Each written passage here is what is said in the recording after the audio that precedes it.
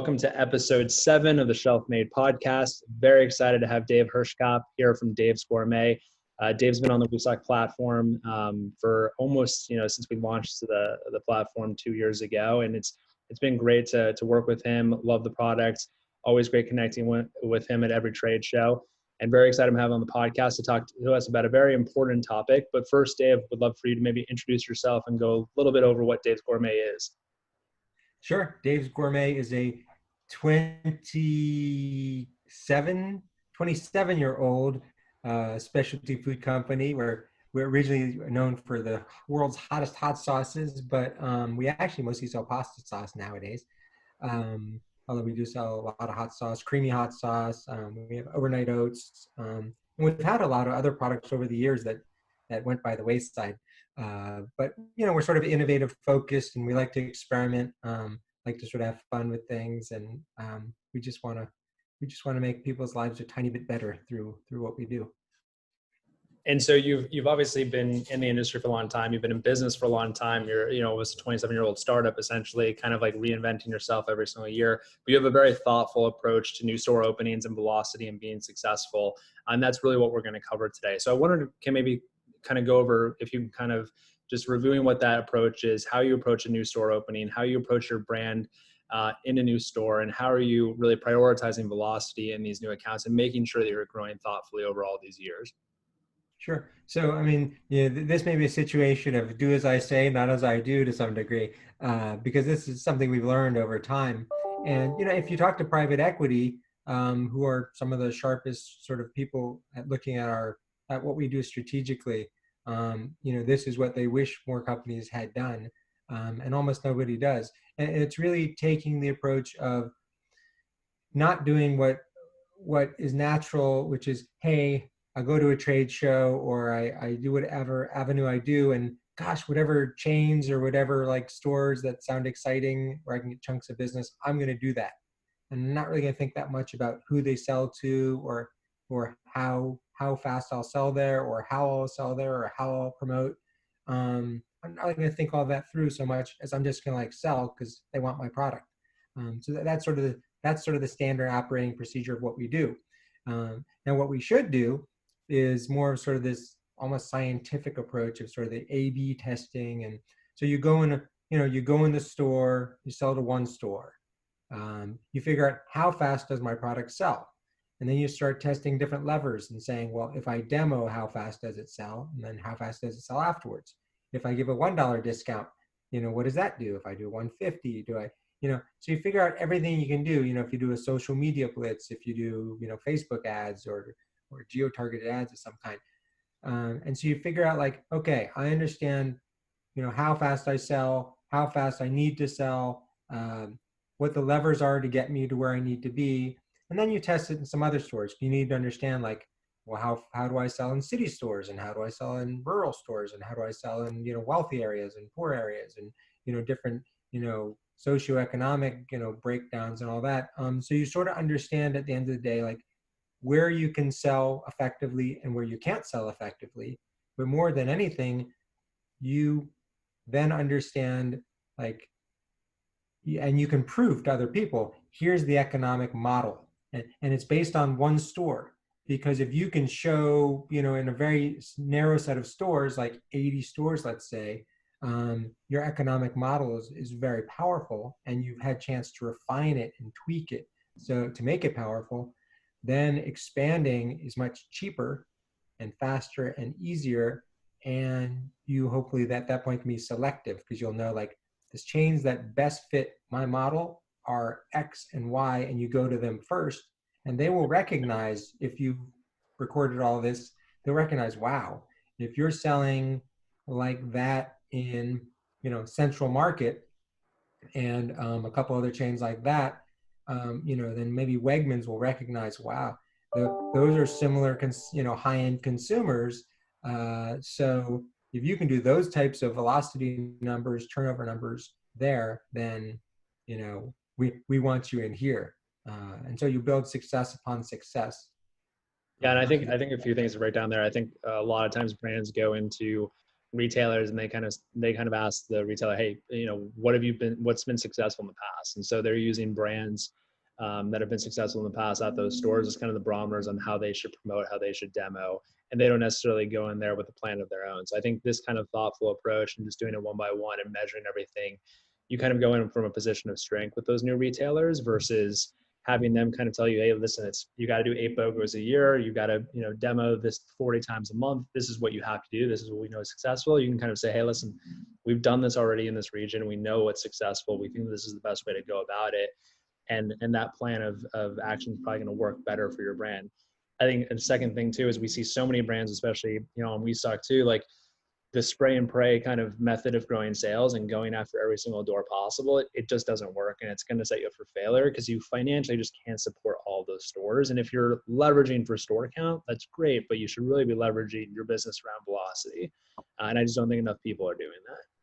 Right, right. And the private equity guys, I mean, they want to see top line growth, they want to see gross margin, and they want to see velocity and velocity growth. I mean, those are the metrics that they look at and that we probably should be looking at because they ultimately are more powerful. Because it's like you touched on, with slotting being sort of de facto what's going to happen. If you pay 10 grand to go in some store and you're like, I don't know, maybe I'll do okay. Which is how we all do it. Now, big CPG who are very sophisticated, they don't really do it that way. They have a better idea of how they're going to perform. So, it's like you're like you're saying, you scatter your efforts and you're paying all sorts of money, and then you don't have as much leverage. So then they say, well, here's the programs we need you to participate in, because you spend a lot of time trying to pacify the buyer to some degree. Whereas if you're going to hit great numbers, that's going to make the buyer happy also, and it's going to help you. So I mean, do you want to make the buyer happy in a way that's going to help you more, or make them happy in a different way? So are you tracking internally, like what's kind of like your North Star metric? Are you tracking sales per SKU per week per store? Like what are you really predicating success on? Yeah, so it's turnover. So it's sales per SKU, units per store per SKU per week. And it's said in different ways, but that's basically what we need. We know if we hit enough velocity, that we're going to stay on the shelf, and that's the key. Is like you're paying slotting and you're doing all this, you want to stay on the shelf. Now, the caveat to that, of course, is if you're spending 50% promo dollars to stay on the shelf, you're going to be losing your shirt. Right. So now if you're private equity funded, which we're not, that's a model that maybe works where you can spend your way to a big sale. But if you're not, and you have to have some form of profitability, then, you have to be much more selective about how you spend money. Great. Well, and I knew, before we kind of wrap up here, I know there's one other topic I just want to touch on a little bit. Obviously, you've been in business for a long time. You've been, kind of plodding along, making small gains. And I think a lot of us, if for a year or two or three, there's not enough like kind of self-reflection that goes on as us as founders or CEOs. So kind of just wanted to touch on maybe how you've kind of self-reflected and you've been successful kind of as a CEO and as a founder, and what you do to kind of keep yourself in check, and maybe some things that we could also pull from that. Yes, I mean, I mentioned to you sort of offline that, CEOs, it's not a lot of people think they're overpaid, but the reason they make so much money is they have a profound effect upon the organization, because the strategy you choose is critical. There's so many companies that were failing and then they changed something, packaging, product mix, pricing, something in their marketing, the channels they go after, and then they succeeded. And that's all this sort of direction, strategy. And so as someone, as a founder or a leader or someone responsible for the company, managing yourself is so key, because, we all find times where we're just kind of in the weeds and we're not really thinking about the big picture. Or times where we're not very engaged, something going on in our life, we're just kind of down. I mean, the pandemic, has definitely, taken a lot of people's brains in different directions, so like, you'll hear me talk a lot about ADD because I'm one of the many. So, sometimes I can't concentrate. Yeah. And so it's sort of understanding your strengths and your weaknesses and understanding that there's lots of different ways for companies to succeed. And understand, how is your company to succeed? What do you need to do? Are you okay products with a great sales organization? Are you amazing products, but your sales and marketing organizations are not that great? Because you need to focus on your strengths and drive them, but you need to recognize your weaknesses to like shore them up to a certain level. They can't, it's like swimming. You know, I swam from Alcatraz. I did that bay swim here in the San Francisco Bay Area. And the first day I went in the pool to swim and practice, I couldn't swim 4 laps, and I thought I knew how to swim. And so I got this swimming coach to come show me how to swim, and I was like, I'm generating as much power as I can. And they're like, no, swimming isn't about generating power; it's about eliminating drag. Yeah. So it's about streamlining your body. And so organizations are sort of like that. If you have too much drag, you can't do it. And that really falls on the CEO to be able to take time weekly or daily or whatever to sit back and say, okay, what's the big picture here? Like, are we focusing on the right thing? Is what we're doing working? Is there something that's dragging us back too much? You know? Yeah. And am I personally able to do the things that need to get done, or do I need to get someone else to do them? Or like, how do I manage myself as the most critical piece, aside from maybe the product itself in this whole picture? Um, how do I manage me? Yeah, Um, and I think that's critical. I mean, even for me to like I was a sales background. I like doing the sales for the brand side of things, and for me, handing off sales to somebody else was like a big step for me, and like something I was really reluctant to do. And I thought like, oh wow, I have like 8 demo calls today. I converted 7 customers. Like this was a productive day for me as the CEO and founder. And I realized like, listen, like that's not what I should be really doing, spending my time on, right? I should be optimizing and training somebody to do that for me and working on more big picture stuff. So I think you can get into a funk of just doing tasks as a CEO and founder and not necessarily like guiding the ship long term.